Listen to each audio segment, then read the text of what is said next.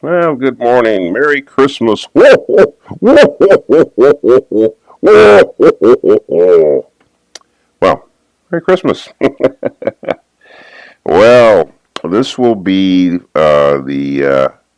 Um, I will not be here tomorrow because it's Christmas Eve. I will not be here on Christmas. I don't think I needed to tell you that one. But I will be here probably the day after Christmas on the 26th, just so everyone knows who are watching me, the people who are watching me. Um, So I want to wish you all a Merry Christmas. I hope you have a wonderful and enjoyable Christmas.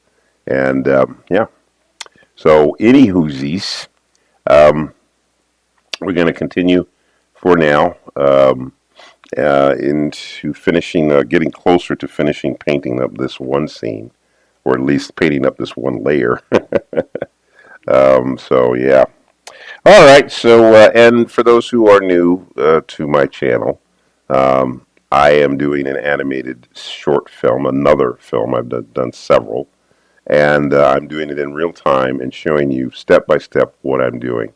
So if you're interested in watching me do something in real time, perhaps applying it to yourself if you're making your own film, that is the purpose of this particular video series. I do a series of different types of videos, one of which is this one called Let's Animate, a work in progress, and so that you can see me actually working on something.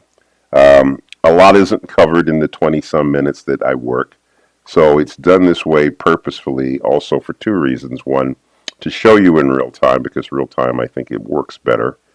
You can see me doing something step by step, and you can put questions or comments in the comment section. If you have a question, I will check the comments for anyone that has something they want to say. And then also to the other reason is to show you that working on an animated film takes time. In our hurry up and go world of today, I think it's important for us to recognize the fact that some things require time. Animation is probably one of the most labor intensive art forms that exists. Not the only, obviously, but one of the most, because of all of the stages required to get it made. But that's good. And so I work on this every day except on the weekends. And I do a little bit each day. And I consider making an animated film not too much unlike doing exercise. You do a little bit at a time. The benefits are cumulative, and eventually you finish your film and it's all done. And I think that the care and the love that you put into something shows on the screen. And I think that's one of the most beautiful things about animation. It's probably the thing that I love the most about it. The studios that do the really good animation, or used to, that was the mantra that they lived by. And I think that anyone today making their own animation should also take that care. Not look for the quickest way to do something, but look for the best way to do something. All right. Well, after my sermon now, I shall step into the into the actual doing. So we've been painting this scene, and this is where we are in it now. We've got Nora coming across with the block and setting it down. I've created a layer that is just roughs, and that layer is underneath here. So on the top here, you'll see two layers.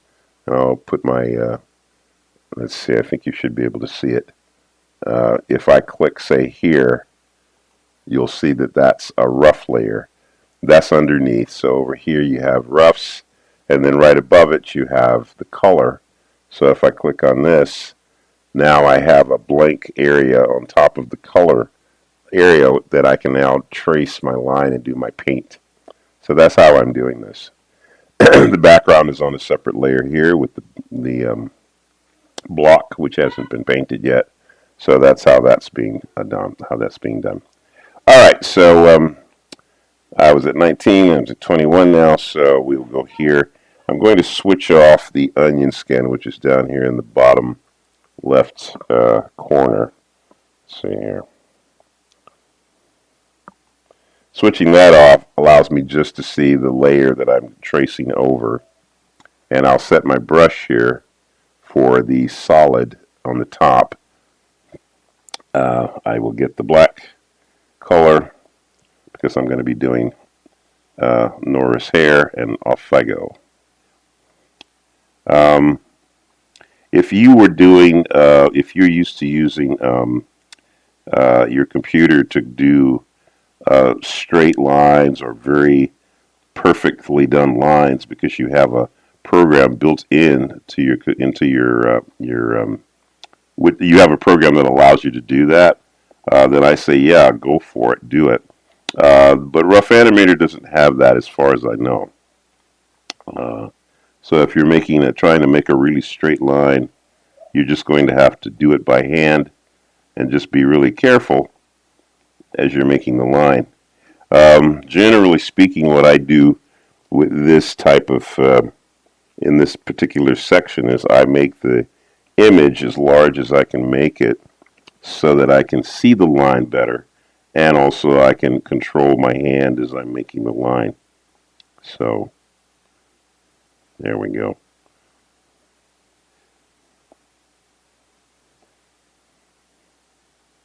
And to know what, because in this case, Nora, she has different colors you can see on her face, arms, body. So I will flip back to the the previous drawing, just so that I can remember what the colors are. There's a color palette, as you can see on the left side of the screen, and that color palette shows the colors that are on Nora, so you'll know which colors to use. There's a setting on the left here, bottom, called it's a setting that allows me to decide, and I'll click on it here, showing me whether the line or the paint is on the top or underneath.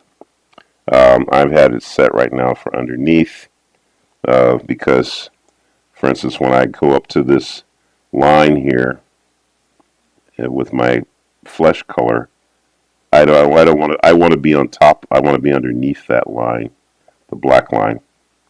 So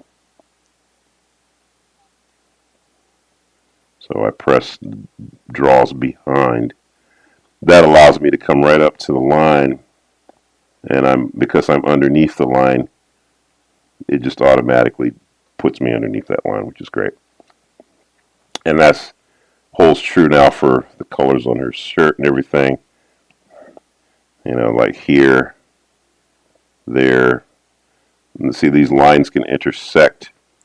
I can go right up to the black line and go underneath it, go right up to the flesh line and go right underneath it. Now, conversely, this blue line here, or the blue pants that you see in the previous drawing here, that line can go on top. So I can come over here, click on this, and go draws in front, which then will allow me to go over and intersect with that purple line and not worry about it, because I'll be going right over the top. But a lot of times you have to kind of shift back and forth, like I'm about to do here. I'm going to go back behind it because, see here, I have to come away from this line, and so I can work behind that. So you're constantly making adjustments all throughout the time that you're drawing and cleaning up and painting. I do the cleanup process and the painting process at the same time. In animation, we have been told or taught to do certain stages and then finish up those stages and then go to another stage. But in today's world of digital paint, of digital animation and everything, you can do a lot of things simultaneously that before you really kind of couldn't do. Let's see, there's a blue line there. That's going to be this one. That's working behind, I think. Yeah. And so that makes it a lot easier and a lot faster, I think. There's a little signal down here. I'll hit it. This shows you that you have line tools, circle tools, and your wavy line at the top is the drawing line that you use.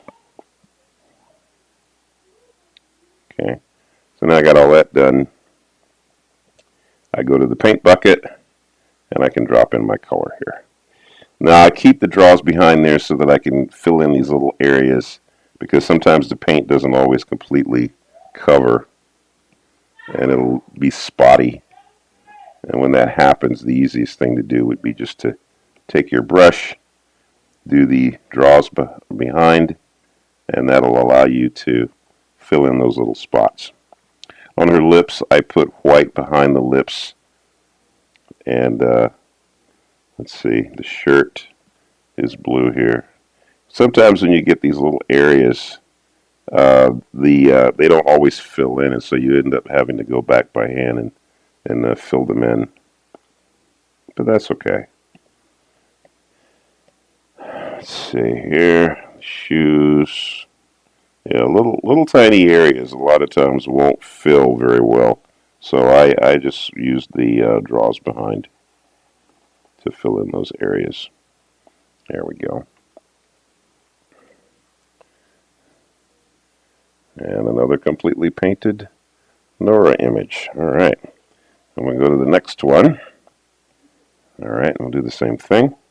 So we go get the black. We've got our brush. Come in here and get the lines. I think I mentioned a couple of days ago that on line quality, I think you just need to practice making lines, smooth lines, and the easiest way I've instructed people to do that is to get yourself a blank sheet of paper, or go get into your sketchbook, and just practice drawing lines freehand.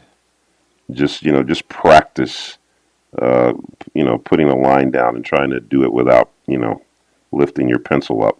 Keep it on the page and see if you can't just make a line, cleaning up an area, because you just end up, what you do there is you're training your hand to move a certain way.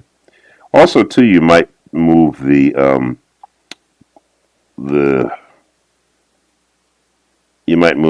what you call it, your page around so that you can line it up in such a way that it works with your hand. Now, in the computer, I don't know if you can do it here in Rough Animator or not. You might be able to. I don't know.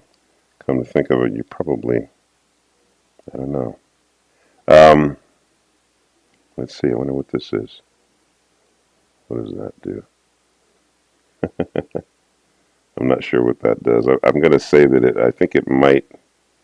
I think I don't know. I was going to say I think there may be a rotation on this, and if there is a rotation, then it would rotate the entire drawing field. In which case, that's great. And it may be in here. I mean, I don't know. Just so you know, I don't know everything about Rough Animator. Okay, even though I've been using it for a lot of years. I actually had one of my students show me about this function here. I didn't even know about that. It did the line tool. I didn't know that, and I had one of my students mentioned it to me, and I thought, oh, that's so cool. So I know more about how to make animation than I do about the technical sides of stuff. A lot of the software too these days, they do tend to continuously improve the software, and sometimes they will have things added in that they didn't have before. Though I suspect that particular function had been there the whole time and I just didn't know it. I mean, I would say I probably have had Rough Animator, or before my student mentioned it, I think I probably had this software for several years. And somehow or another, she just knew it. God bless her, she helped me, and I appreciate that. And I'm not embarrassed that I don't know. Okay, there's always things that we don't know, and that's all right. It's not, you don't have to know everything. And I'd be the first one to tell you that I don't know everything, and but I know enough about what I'm doing from an artistic standpoint that I can tell you. Something about how to get the animation to work a certain way, and I share with you what I know, and hopefully that is helpful to you. So you take that for for however you want to take that. Okay. All right. So, any whoosies, yeah. So yeah, if you can get the drawing surface at an angle so that your hand works better for straight creating certain lines, that works really well to help you with your line quality. So,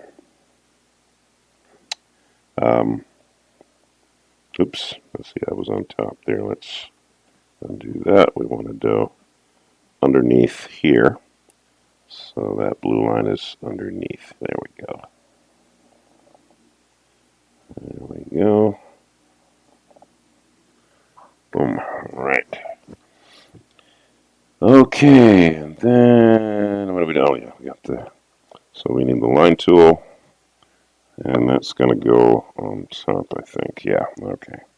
So we got line tool there. Yeah, the line tool's great. That's a godsend. And the draws behind and stuff. Well, that's really great too. That they love little things like that because it really does make your life easy. It really does. Okay, so it's paint bucket. Filling in those little spaces. Let's color in the face, the body. We gotta fill in those little areas. Good. Okay. Shirt.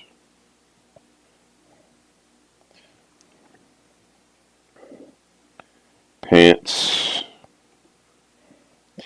You know, I think actually the fun thing, one of the fun things about animation, for me anyway, I always liked the kind of mundane things like doing in between drawings or and doing this kind of thing, painting and inking, because then I can play my music and I don't have to think about what I'm doing. I can just veg out and you know. So I like it when the animation gets to this point where I'm not having to think anymore, and I can just kind of veg out and have just do some perfunctory job. I know that sounds a little odd, but no, I think that's it can be kind of relaxing. There's a therapeutic quality in my mind about animation for because of the ability to do that. So there we go. All right. How are we doing time wise? Okay. Probably going to get one more in here, and that might be the end for the day. Let's see. So I'm going to go into the next one. Let's see. Black. um,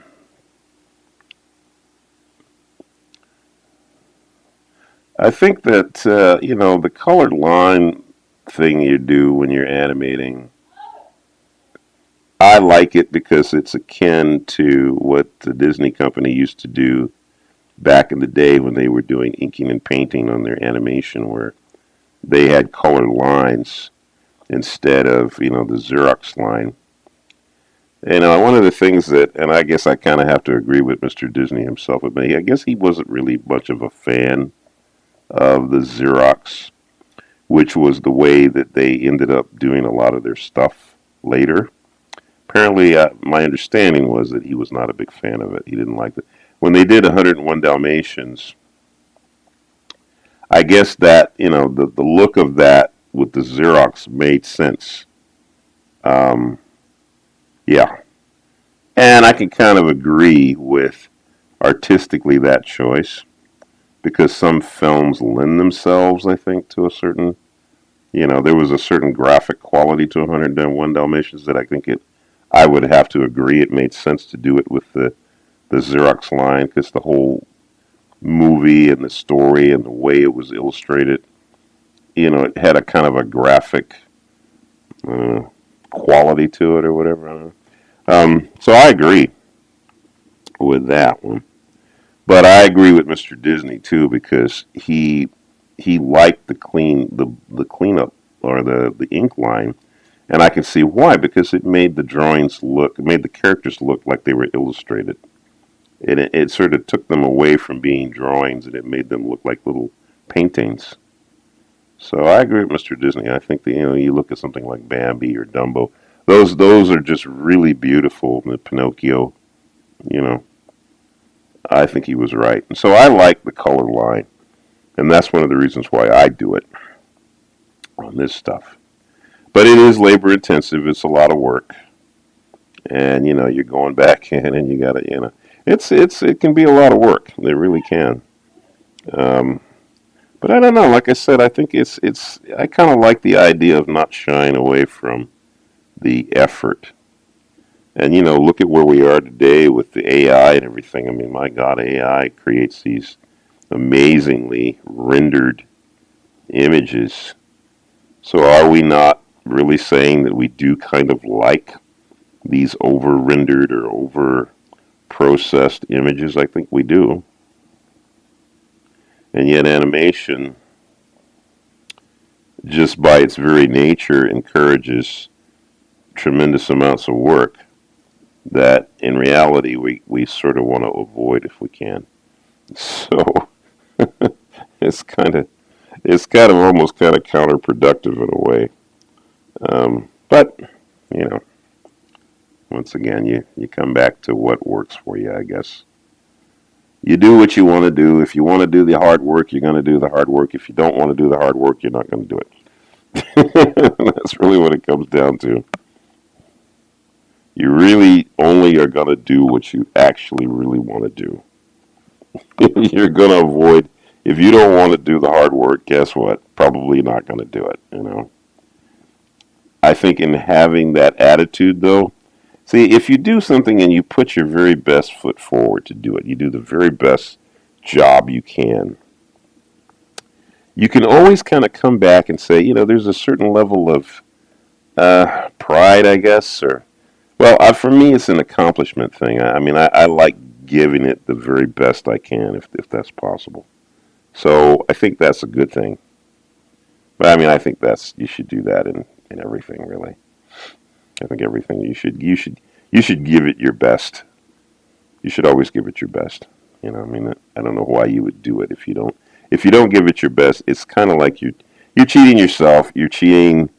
Uh, yeah, you're cheating yourself. Did I give that the right color?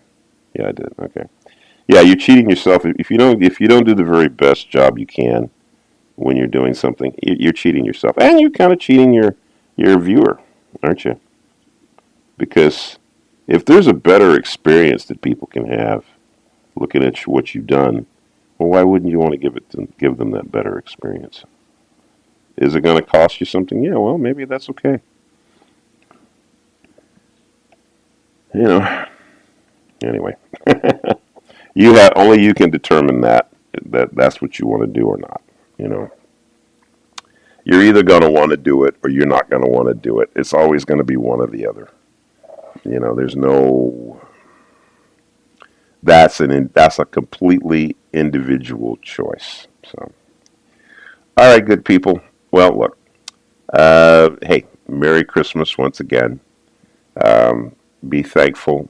This is the Jesus is the reason for the season, folks. Okay, God was so loved us that He gave His only begotten Son that He could save mankind.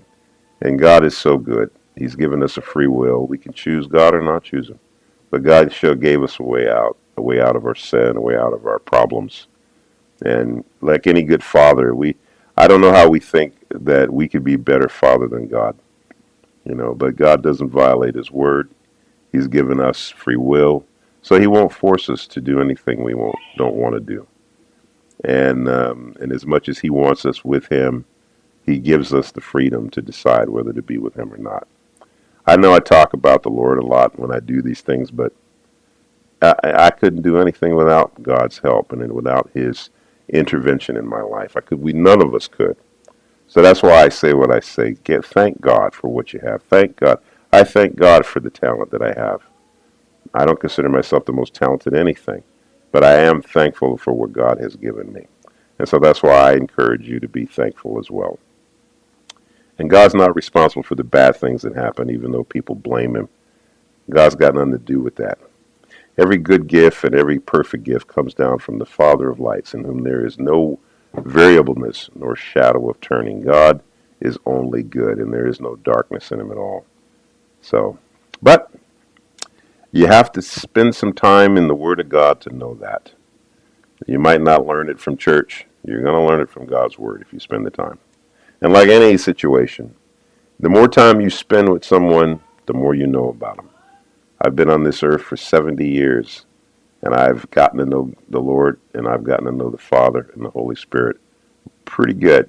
Not as well as I will, but pretty good. And I've found out a lot about them, and I realized, wow, they are for us completely. And so this holiday season, Christmas, was the beginning of God's fulfillment. Well, actually, he started from the very beginning. But this is the culmination of the fulfillment that God promised. And here we have it. So enjoy the season, enjoy your family, enjoy what good things you have, and thank God for them because they are all blessings. All right, I will see you guys probably on Friday, which will be the 26th, day after Christmas, and we'll resume from there. All right, I'll see you later, and don't forget, Jesus is Lord.